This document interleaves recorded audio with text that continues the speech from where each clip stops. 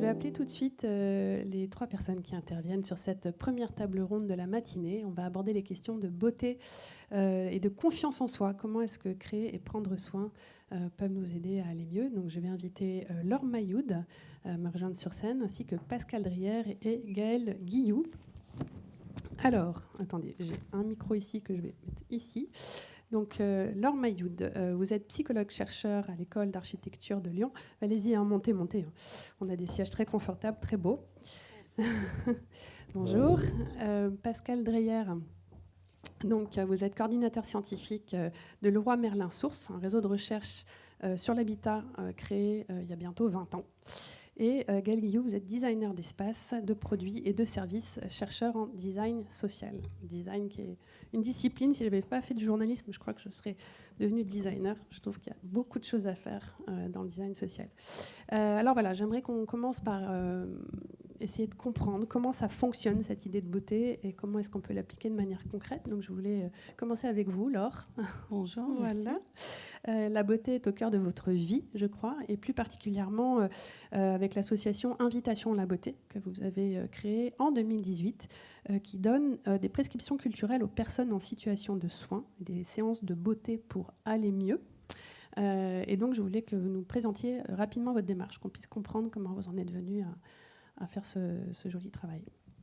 Merci pour l'invitation, merci Guillaume et toute l'équipe pour ce très bel événement. Donc en fait je suis psychologue clinicienne, alors je travaille épisodiquement à l'école d'architecture, mais mon métier c'est de travailler au cœur de la chambre des soignés à l'hôpital, donc à Lyon, l'hôpital Mère-Enfant, l'hôpital Lyon Sud et l'hôpital Garot. Et maintenant depuis peu au CHU de Saint-Étienne. Alors cette innovation soignante, parmi tant d'autres, heureusement il va y en avoir d'autres, cette envie, en fait, je l'ai depuis de petites filles, en fait. Je suis la même que quand j'étais toute petite. C'est-à-dire quoi? C'est-à-dire être dans une capacité de rêver. Ça, c'est Gaston Bachelard, la question de l'espace, la politique de l'espace. Donc, j'ai fait des études spécialisées en psychopathologie de l'enfant et de l'adolescent. Et en 2016, donc, je travaillais pendant plusieurs années, pendant 15 ans, dans une université au pôle santé. Et un jour, en consultation, je propose à une étudiante, ça vous dirait que je vous propose une prescription culturelle? Comme ça, c'est sorti dans cette alchimie de la conversation. Et qu'est-ce qu'une prescription culturelle? C'est une invitation à contempler ce que vous aimez, ce qui est beau pour vous, en vous. Et en vous, c'est où? C'est dans le cœur. Le cœur a ses raisons que la raison ignore, Alfred de Musset. Non, ça c'est Pascal. Vous voyez, je mélange, mais peu importe. Antoine de Saint-Exupéry aussi. Sachez, donc, moi, je vais vous raconter, je vais vous annoncer des très belles nouvelles de la science, en fait, de la neurologie. Est-ce que dans la salle, par exemple, vous connaissez les neurones miroirs? Levez le doigt pour savoir ce que j'ai envie de savoir. Très bien, c'est de mieux en mieux. Donc, Risolati, vous irez voir, parce que je n'ai pas le temps de vous expliquer. Neurone miroir, c'est vous baillez, l'autre baille. Vous regardez un match de foot si vous aimez, si vous êtes en empathie avec le sport, le foot, on a gagné, on a neurone miroir. Vous riez, l'autre rit, etc. Sauf si votre cœur est très blessé. Donc là, invitation à contempler ce qui est beau. Le beau, c'est quoi? Alors, il n'y a pas, je suis désolée, mais il n'y a pas de définition. La beauté, en fait, ça résonne en vous. C'est-à-dire que la beauté, c'est quoi? C'est la rencontre entre l'esthétique et l'éthique. S'il n'y a pas la question de l'éthique dans cette rencontre, l'esthétique peut devenir laid. Macbeth, premier acte, scène 1, les sorcières disent le beau est affreux, l'affreux est beau. Ça va au niveau de la résonance? Non, ça fait... Ouais, c'est bon, ok. Donc, l'affreux, Antigone, allez voir Antigone, mais qu'est-ce qu'elle est belle. Elle va jusqu'au bout de son cœur amoureux. Donc, le beau, c'est le juste. Je donne des cours d'éthique à l'université aux étudiants. Je vous rejoins, Thomas.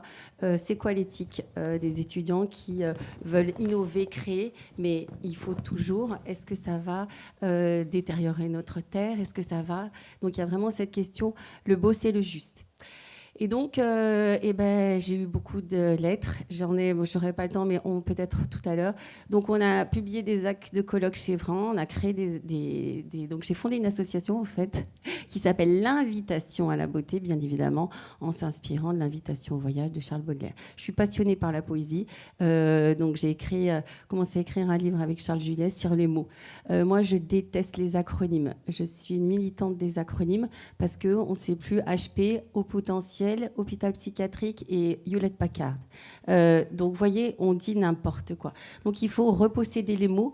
Et les mots, sachez que quand vous récitez un mot, en 25 millièmes de seconde, vous libérez vos neurotransmetteurs.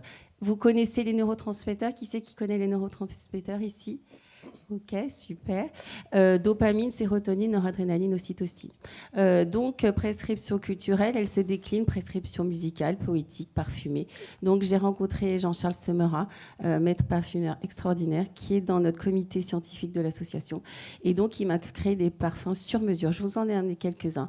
Et en 18 millièmes de seconde, quand vous mettez votre parfum le matin, vous libérez vos neurotransmetteurs aussi. Vous vous embellissez, vous remettez du baume au cœur quand le monde, parfois, s'écroule à l'intérieur de soi.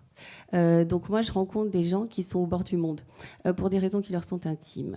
Et en fait, de par ces lettres, en 2018, moi, je cherche beaucoup. Je cherche ces podcasts qui vont m'éveiller, qui vont m'inspirer. Et là, je tombe. Alors là, je vous la prescris. Voilà, une des prescriptions. Série documentaire LSD, Variations sur la beauté. Écoutez cette émission. Ça a été un catalyseur pour moi parce que là, j'ai découvert Pierre Lemarquis. Pierre Lemarquis, grand neurologue, qui travaille aussi avec Boris Cyrulnik sur la question de la résilience. Lui, spécialisé dans les maladies neurodégénératives. Et lui, j'apprends dans cette émission ce qu'il faisait. J'apprends les neurones miroirs. Et donc, j'appelle Pierre un jour et je lui dis, j'aimerais que vous soyez président de mon association. Et donc là, l'équipe, la fine équipe arrive, la troupe dans la veine de Molière arrive. Joël Clerget, qui est ici présent aujourd'hui, qui est un grand psychanalyste avec qui on tisse dans ses travaux de recherche. Hôpital Mère-Enfant, donc Artothèque Poétèque. C'est bon ou... Oui, je regardais derrière pour rebondir sur super, les formations que vous avez mises en place. Voilà, on rebondisse un petit peu. Bravo, on tisse ensemble, voyez-vous, c'est chouette. Donc les diplômes universitaires qui ont été donc ça, mis en place. Voilà, ça c'est une photographie d'une jeune artiste qui s'appelle Valentine. C'est une photo qui s'appelle Le Parfum. C'est une prescription artistique. Elle fait du bien. Ensuite, là, donc peut-être on peut... Elisa, si tu peux mettre là... Voilà, exactement, merci. Donc là, Hôpital Mère-Enfant, Hôpital Lyon-Sud, on a créé des artothèques et des poétèques. Un poème avec un tableau, c'est vachement mieux qu'un tableau tout seul. Vous stimulez cette capacité de rêver. Et donc là, c'est Agnès Piessa. Est-ce que je peux lire la lettre d'Agnès parce que ça va vous parler beaucoup plus. Donc elle choisit ce tableau. Donc il y a une quarantaine de tableaux en médecine interne à l'Hôpital Lyon-Sud. Donc avec une équipe extraordinaire, avec le professeur Isabelle Durieux. Et donc là, le patient peut choisir un tableau avec un poème le temps de son hospitalisation. Chacun ses goûts. Emmanuel Kant dans Critique de la faculté de juger. On ne peut pas discuter des goûts de chacun.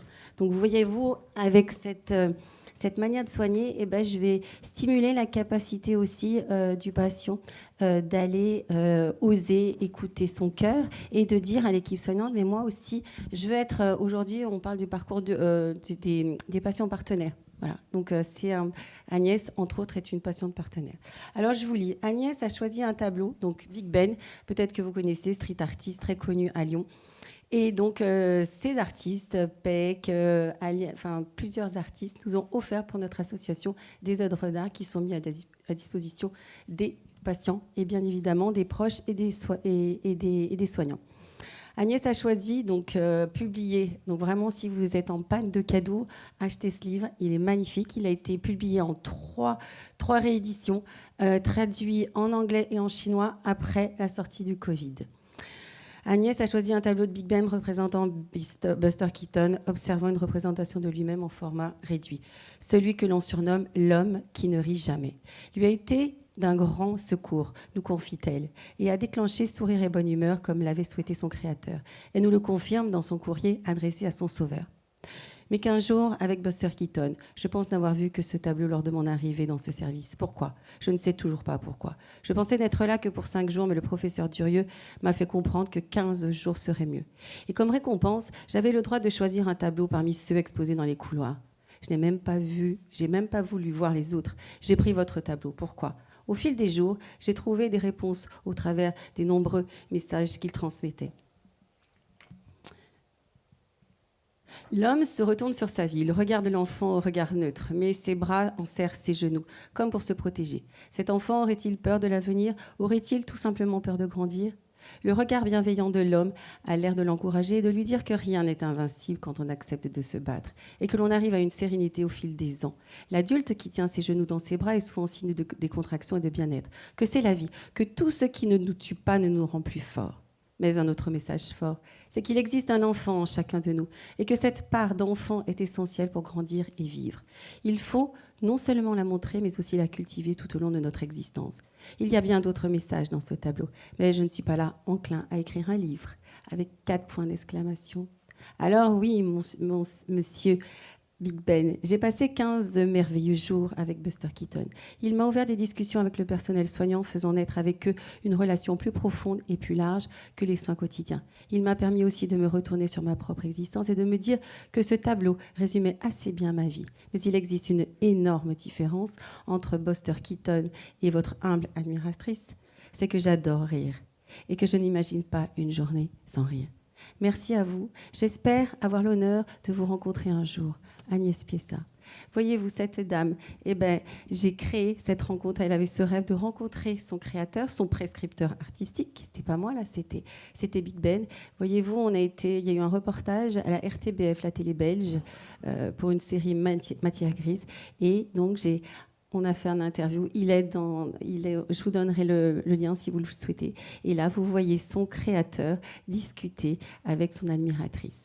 Et elle, voyez-vous, ce qui est très beau, c'est que ce tableau, elle a tellement libéré d'ocytocine, de dopamine, sérotonine, qu'elle a commandé exactement celui-ci. Et celui-ci, maintenant, est dans son salon. Voilà. Cette histoire. Voilà, il y en a d'autres. Mais... Non, je voulais juste rebondir un petit peu là-dessus, parce qu'en fait, ce que vous racontez, c'est que vous offrez des éclats de beauté, Laure, oui, dans ces sphères-là. Je voulais savoir si les liens entre cette beauté qui est offerte et l'amélioration de la santé du rapport à soi sont étudiés aujourd'hui. Oui. Alors ensuite, ça fleurit. En fait, il faut cultiver son jardin, comme disait Voltaire. Donc, à l'issue de ces résultats cliniques excellents, c'est-à-dire que ça, c'est pas moi qui vous dis, c'est l'équipe soignante. On réduit les antalgiques, on réduit les sédatifs. Donc, on est dans une écologie thérapeutique. On est dans une économie thérapeutique. Et voyez-vous, en fait, ça fait des vibrations tellement positives que aujourd'hui, même les directions d'hôpitaux, en fait, vraiment veulent de ça. Pourquoi ? Parce que burn-out, vous le savez, dans les hôpitaux. Donc les soignants se soignent autant que les soignés et que les proches. Donc on a créé, et là c'est très fort, donc je donne des cours d'éthique sur la question de la fin de vie. Et donc on a créé un projet. Donc là, tous ces projets, c'est grâce à des fonds de dotation, et vraiment je les remercie encore chaleureusement aujourd'hui, qui ont permis de faire des travaux de recherche sur 3 ans. Et donc on a fait à l'hôpital Garot en fin de vie, qui s'appelle L'échappée belle en parfum et en musique jusqu'au bout de la vie. Et donc, voyez-vous, le rêve que j'avais, c'est d'accompagner en fin de vie. Vous avez la sédation, mais je me disais, mais on pourrait aussi adoucir, en fait. On peut guérir avec la beauté, même en fin de vie. Pourquoi ? Parce qu'on apprivoise cette fin. Et cette fin est parfois très difficile. Et voyez-vous, aujourd'hui, on me demande de préparer les obsèques avec les familles que j'ai accompagnées leurs proches et eux.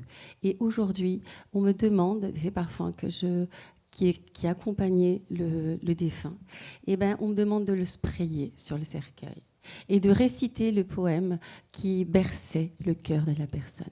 Alors, je vous donne une dernière nouvelle, très bonne, peut-être que vous le savez. On a 3 cerveaux.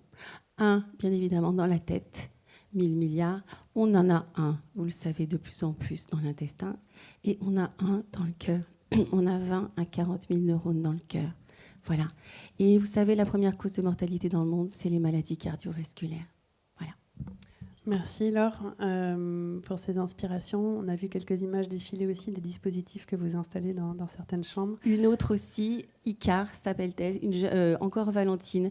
Et vous avez l'Icar qui se brûle les ailes. Regardez cette nouvelle génération. Ce tableau est extrêmement inspirant. Et je le mélange, devinez avec quel poème? Élévation de Charles Baudelaire. Peut-être que tout à l'heure, si on a le temps, je pourrais vous en réciter un. On a un emploi du temps très chargé ce matin, mais je pense qu'on aura le temps.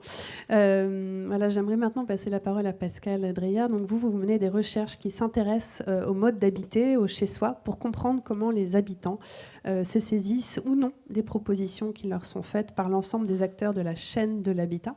C'est intéressant, en 20 ans de recherche, moi j'ignorais que Laura Merlin mène autant de recherches là-dessus, et voir comment les habitants s'accommodent des grandes transitions dans leur lieu de vie.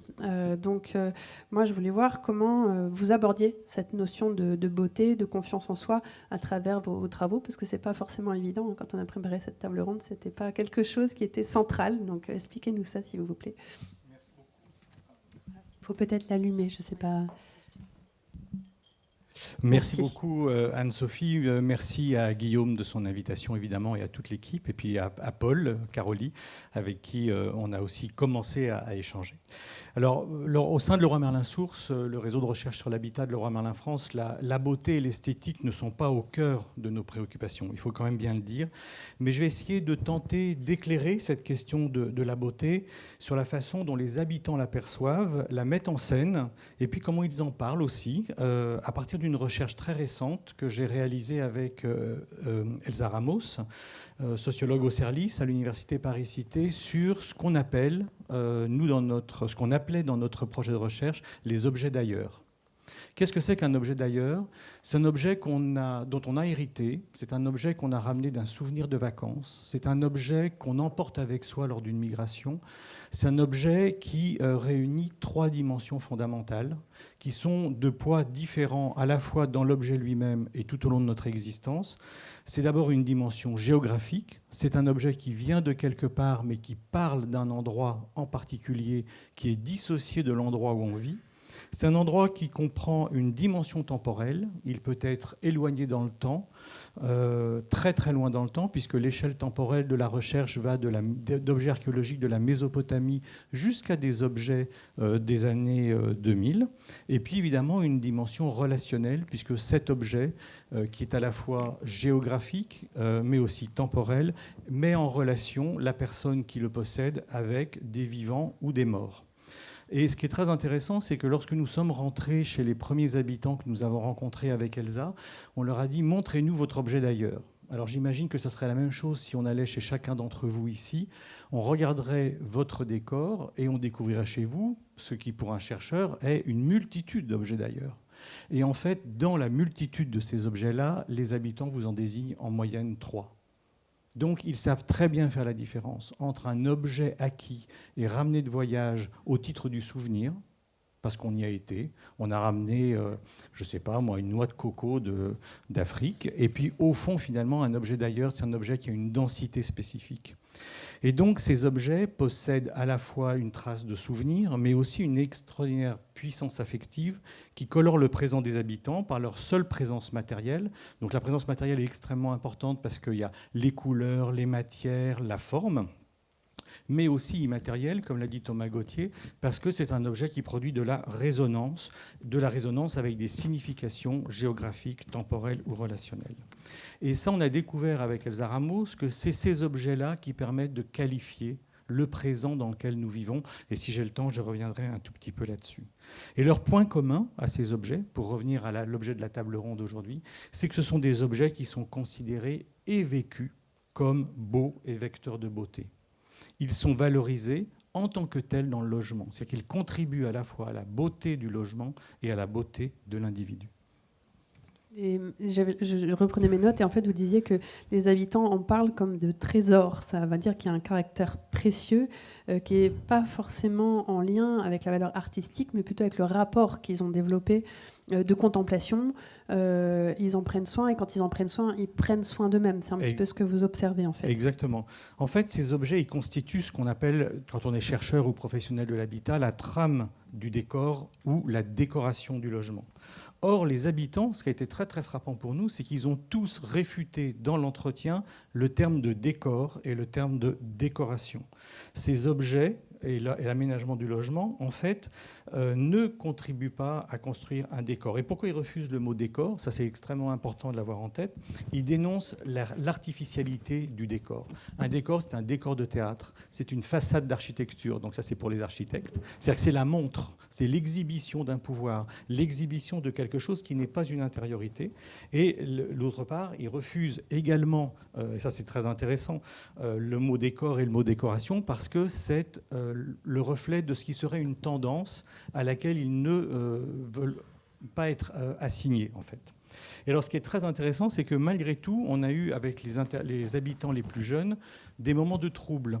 C'est-à-dire que, par exemple, une jeune femme a soudain dit « Ah oui, mais quand même, mes objets produisent de la beauté, mes objets d'ailleurs produisent de la beauté, mais alors, c'est quand même aussi de la décoration. » Oui, enfin, c'est une décoration sensible.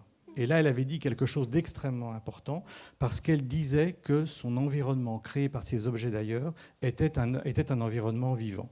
Alors, comme vient de le dire Anne-Sophie, comment on leur a dit, puisque ce n'est pas du décor, puisque ce n'est pas de la décoration, puisque ce n'est pas de l'aménagement, comment est-ce que vous pouvez le qualifier, cet objet?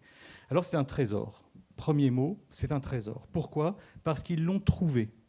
Donc, il y a eu une quête. Alors, la quête, elle n'est pas forcément consciente. Je vous expliquerai, je vous donnerai quelques exemples. Mais ils ont mené une quête. Ensuite, c'est un trésor aussi parce qu'on les leur a confiés ou parce qu'on les leur a transmis. Donc ils ont une charge de responsabilité vis-à-vis de ce trésor. Et ils sont souvent considérés comme un trésor à la fois par l'individu et parfois, mais pas toujours, par la famille.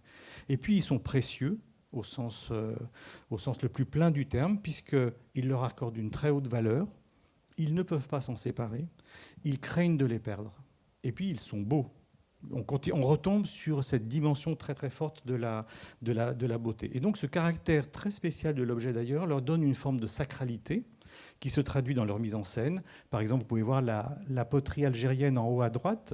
Oui, voilà, j'ai l'écran en face, c'est mieux. En haut à droite, c'est une poterie ramenée en 62 après le départ d'Algérie par un monsieur qui n'est pas pied noir, mais qui a épousé une pied noire en 60. Et ce qui est très intéressant, il dit: cette poterie, c'est la beauté de l'Algérie. C'est texto son expression. Ou au contraire, ces objets vont être rangés, enfermés dans des boîtes, protégés par crainte de la destruction, par crainte de regards qui viendraient les polluer, pour ne jamais les utiliser, ou alors ils vont être entretenus avec beaucoup de soin. On a découvert que, par exemple, les gestes qui sont liés à la beauté, c'est les gestes du ménage, c'est le dépoussiérage, c'est des choses extrêmement importantes pour les gens. Donc au fond, pour terminer sur cette étape-là, c'est que la sacralité et le mystère leur confèrent une aura de beauté très importante. Mais du coup, ça implique aussi de réfléchir à la manière dont on définit la beauté des objets d'ailleurs, parce qu'elle n'est pas la même pour tout le monde. Oui, exactement. La beauté dont nous parlent les habitants ne révèle pas seulement de l'esthétique ou des choix de goût, même si ces éléments d'appréciation, évidemment, ont leur part dans ces objets-là. N'importe quel type d'objet peut devenir un objet d'ailleurs, et ça c'est très important, et produire une expérience du beau. Et par exemple, je n'ai pas vu cet objet, parce que c'est un objet que la dame ne voulait pas me montrer, mais une jeune femme coréenne qui a accompagné le décès de sa grand-mère en Corée, mais qui vit en France, a volé à l'hôpital, ce qui est rigoureusement interdit, un petit flacon en plastique, qui était le dernier flacon que cette grand-mère avait touché.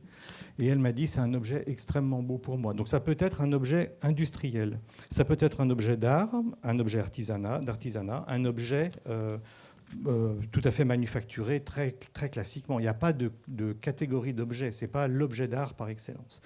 Et donc cette beauté que produit l'objet, c'est quoi? C'est un transport, dans les deux sens du terme. C'est-à-dire c'est un transport amoureux et c'est un transport dans l'espace et dans le temps.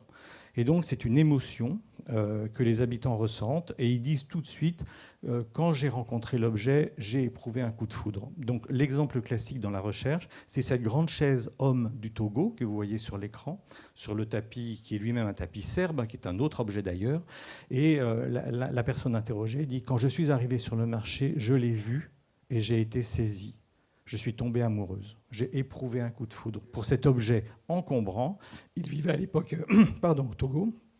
Et donc, cet objet, cette femme, le fait voyager avec elle tout le temps et partout. Elle ne peut pas s'en séparer. Bon, elle a une grande famille, elle a 4 enfants, un mari, mais la chaise homme du Togo, c'est un objet essentiel pour elle. Il lui produit un effet de beauté, il la fait voyager.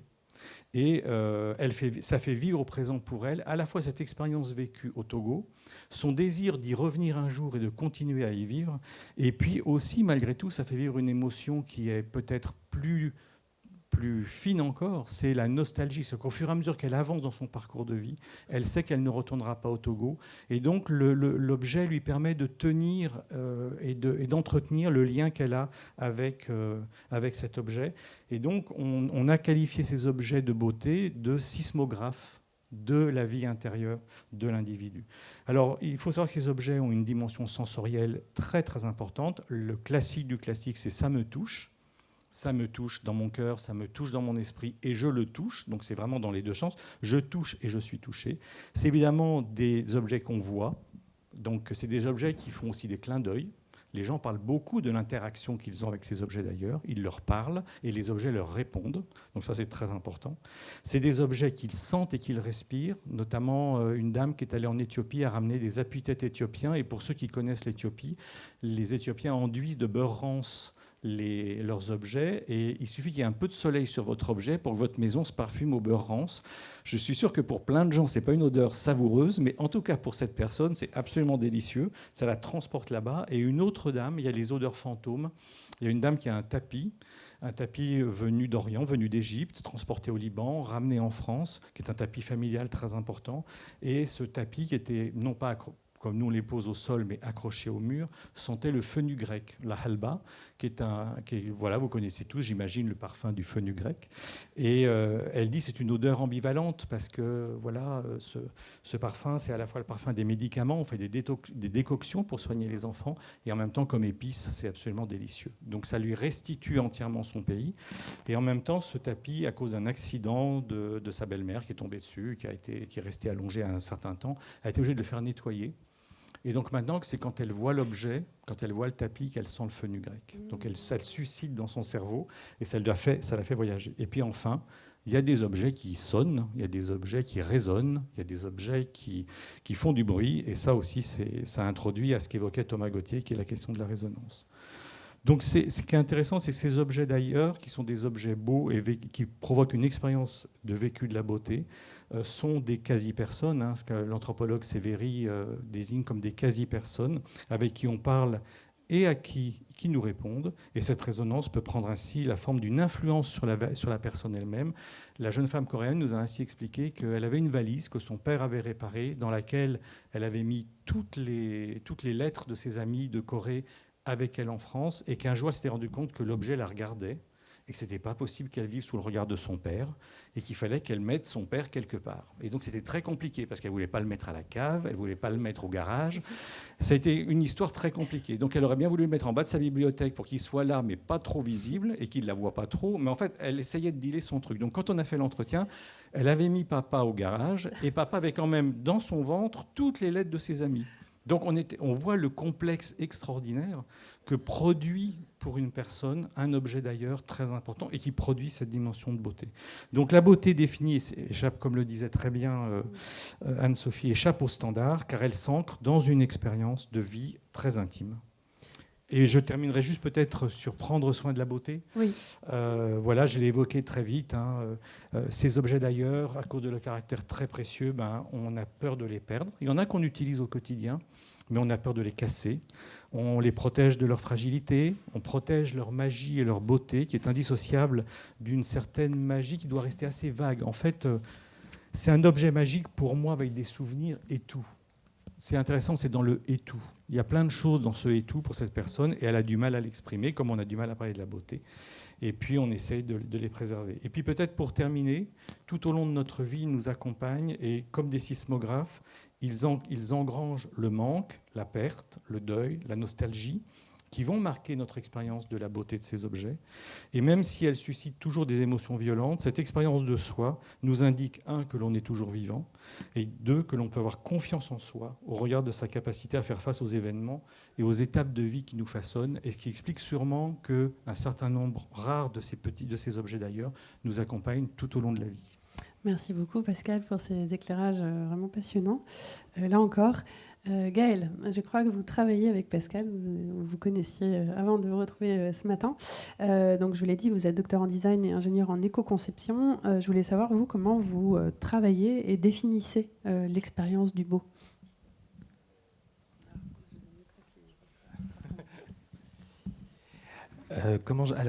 Moi, à partir de 2010, j'ai commencé à m'interroger sur comment en tant que à la fois chercheur et designer, je regardais les utilisateurs à qui j'étais censé proposer des solutions. Et ce qui m'a emmené à me dire que peut-être qu'il y avait beaucoup d'implicite et qu'il fallait que je sache mieux comment aller essayer de capter cet implicite, d'abord en intégrant pas mal d'outils de l'anthropologie et de la sociologie dans mon travail, qui m'a emmené du coup à me dire qu'au-delà de l'observation, je pouvais peut-être continuer à être en relation avec eux, et comment je pouvais être en relation avec eux sans modifier ce qu'ils étaient en train de me dire ou ce qu'ils pouvaient essayer de me dire de façon pas forcément oralisée. Ce qui m'a du coup conduit à m'intéresser à leur expérience, et notamment, on va parler aujourd'hui de l'expérience du beau, que j'ai pu mettre en œuvre donc, dans les chantiers que j'ai pu réaliser pour Leroy Merlin. Avec une population quand même très singulière, puisque c'est une population, ce sont des habitants qui sont dans une situation de contrainte avec des limites. Alors c'est pour moi, je dirais, des limites dues à la maladie, dues au vieillissement, dues au handicap.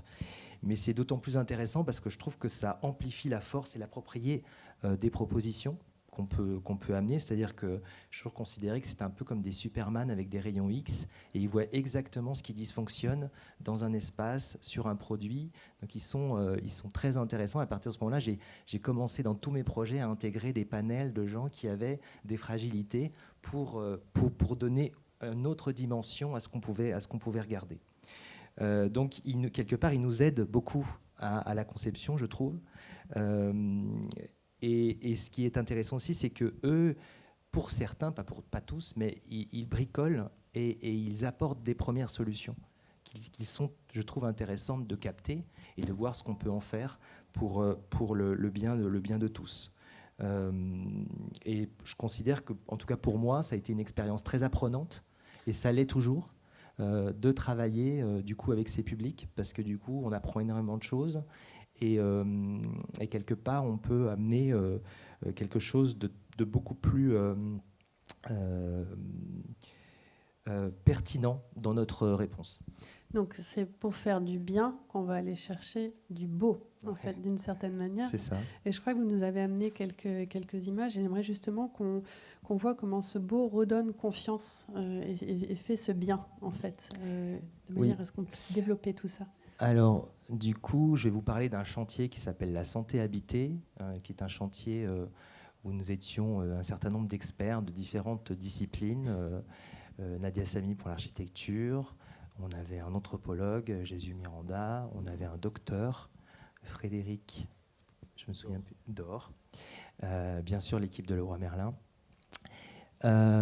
Donc, ce chantier, on est allé rencontrer une dizaine d'habitants malades, de maladies diverses, de maladies, on va dire, moins graves à très graves. Et on est allé observer comment ça se passait chez eux et comment ils vivaient le domicile avec leur maladie. On a aussi rencontré leurs cohabitants, qui sont des aidants, qui sont leur famille et qui vivent avec eux le domicile. Alors, je dirais que le beau a plusieurs sous-entendus dans ce chantier, en tout cas. D'abord, il croise de l'esthétique, du fonctionnel et de l'ergonomique. C'est-à-dire que c'est un peu un tout, surtout dans la contrainte, je dirais, de la maladie. Donc là, je vous ai mis plusieurs. Alors aussi, je vais peut-être préciser que ces trois variables, une des trois variables peut contredire les effets de l'autre. C'est-à-dire qu'elles sont vraiment quelque part, elles ont le même poids dans la beauté que ça peut engendrer. Donc, je vous ai mis là, peut-être ça serait celle... Alors, je pense que c'est pas la bonne diapo. C'est plutôt celle-là, voilà. Donc là, c'est un couple. Donc, que je vous dise pas de bêtises.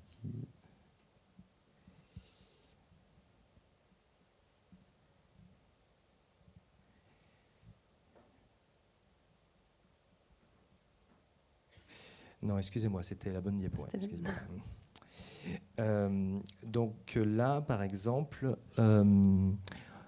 sur les images en haut à gauche, donc c'est un couple dont le père est tétraplégique et du coup, il habite avec sa fille et sa femme, et ils ont complètement modifié le domicile pour permettre au père de continuer à habiter et d'y être soigné avec un certain nombre d'intervenants qui rentrent à domicile.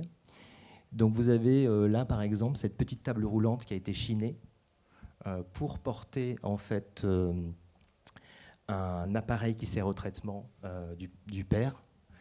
Et du coup, en nous décrivant la table, on nous précise bien que c'est une table qui est chinée, qui est jolie, qui a une histoire, et on parle bien de l'histoire vécue de l'objet avant même qu'il rentre dans le domicile, comme si cette histoire avait plus de poids que le rôle même de cet objet dans le domicile. On nous parle aussi beaucoup de cette couleur que vous voyez peut-être moins au-dessus du lit, qui est un bleu, qui a été extrêmement... on met beaucoup de temps à choisir le bleu, qui est le bleu préféré du père, et qui vient du coup quelque part modifier et prendre le pas sur cette chambre qui est extrêmement médicalisée.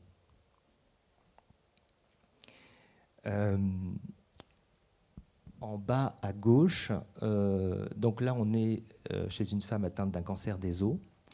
Elle vit dans un meublé suite à la vente de sa maison. Et du coup, le seul objet qu'elle a à elle dans ce logement est ce fauteuil qu'elle a choisi pour son confort et qui l'accompagne, qui apporte le confort dont elle a besoin dans sa maladie. Et c'est amusant de voir que cet objet en fait prend le pas et fait disparaître l'ensemble des autres mobiliers qui sont dans ce logement, qui ne sont pas à elle, puisque c'est un meublé.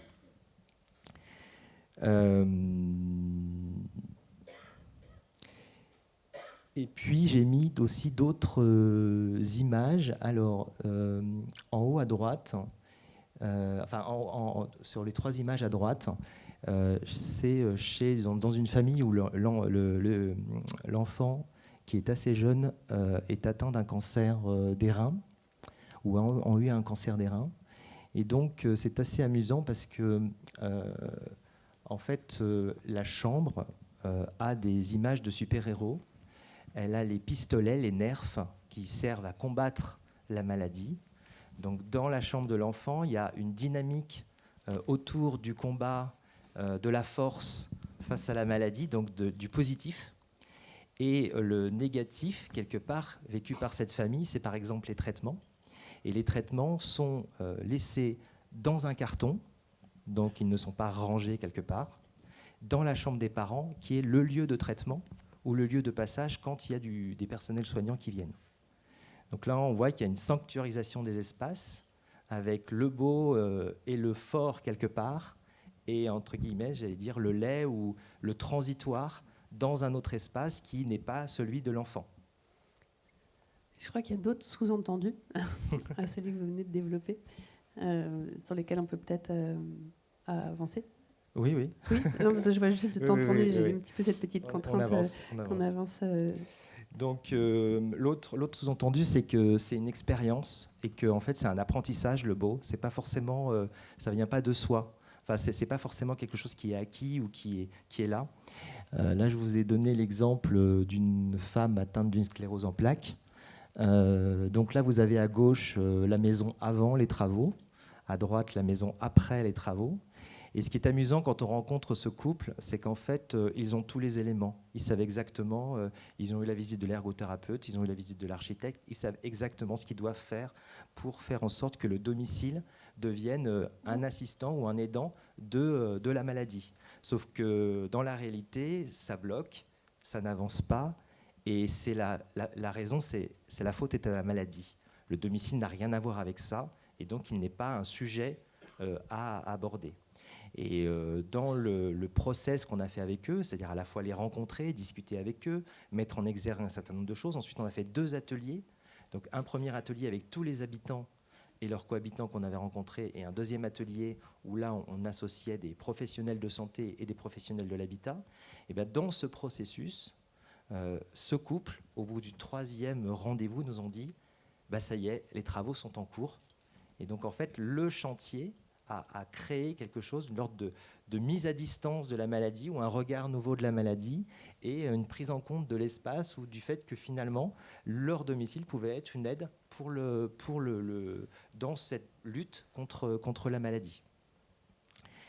Un autre sous-entendu, c'est le fait qu'il y a quand même une histoire esthétique qui est prégnante dans le logement, qui existe, et que du coup, cette arrivée de la maladie, elle doit soit respecter ces codes esthétiques qui sont présents, cette histoire esthétique, soit elles peuvent aussi arriver, parce qu'on a besoin de puiser quelque part sur quelque chose d'existant qui donne confiance, mais elle peut aussi faire amener quelque chose qui est différent, qui va réanimer quelque part ce qui existe, l'histoire existante, qui ne va pas la faire disparaître, mais qui va lui donner peut-être une autre direction ou une autre dynamique. Je vous ai mis, alors c'est pas dû au chantier, mais je trouvais que ce projet est très intéressant. C'est un projet ancien des 5 designers qui s'appelait la médecine des objets, où du coup on prenait des vieux objets et on leur proposait un complément nouveau, moderne, qui venait remettre cet objet dans une autre dynamique.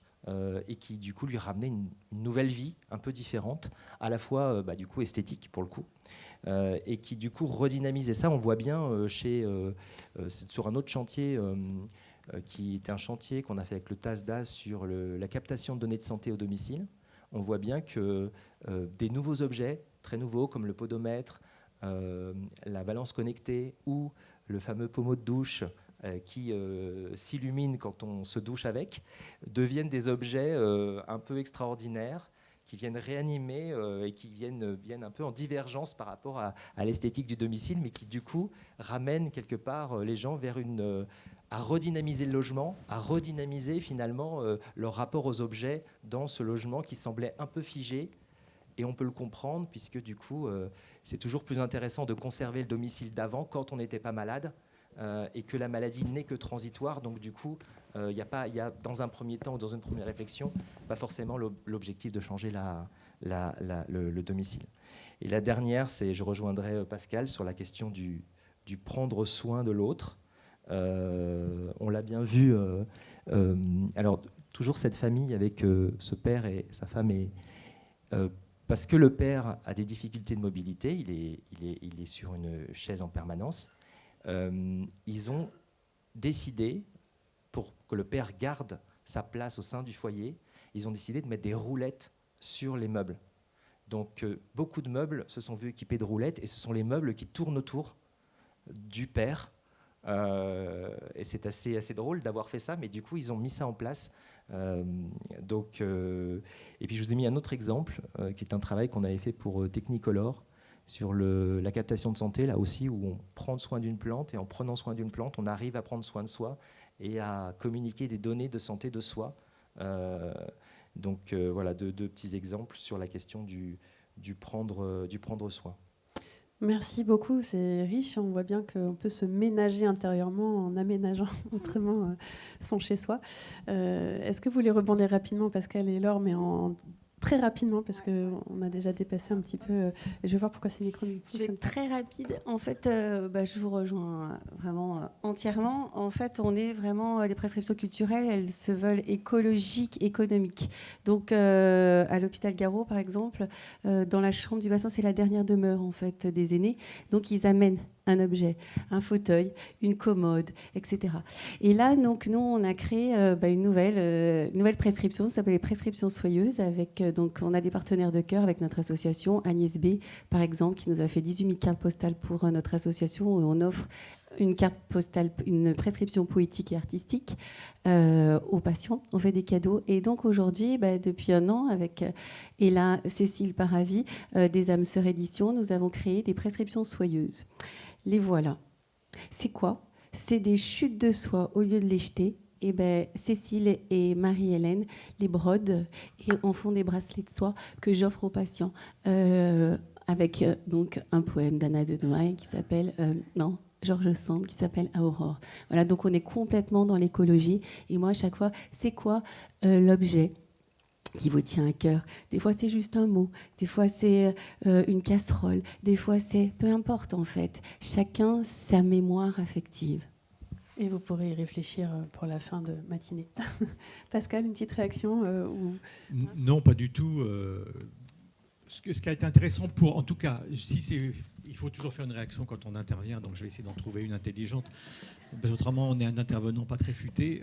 Ça va aller quand même, pas d'obligation. Ce qui est intéressant, c'est que la sollicitation que vous m'avez faite nous a obligés, Elsa et moi, à réfléchir à un sujet qu'on n'avait pas abordé. Autant vous dire que dans le rapport de recherche qui est publié en open source sur le Roi Merlin Source, puisque sur le Roi Merlin Source, vous trouverez l'intégralité de nos recherches en open source, Elsa et moi, on s'est intéressé à la façon dont ces objets d'ailleurs construisent notre identité tout au long de notre vie et comment ça nous permet d'activer des facettes de notre vie et de notre identité. Donc on a eu une approche à la fois très individuelle, au sens de l'individuation, et sociologiquement marquée par la question de l'identité. Mais en relisant ces entretiens et en relisant notre travail, je me suis rendu compte qu'on avait laissé tomber de côté la question de la beauté. Ça nous a été paru un peu évident parce qu'on travaille pour le Roi Merlin, donc on s'était posé la question du décor, comme je vous l'ai dit, et puis on nous a bien renvoyé dans nos cordes en nous disant c'est pas un décor. Mais par contre, en travaillant pour vous, on s'est dit qu'avec Elsa, il y avait de la matière pour faire un article sur la question de la beauté. Voilà. Merci, donc merci à vous. Merci à vous.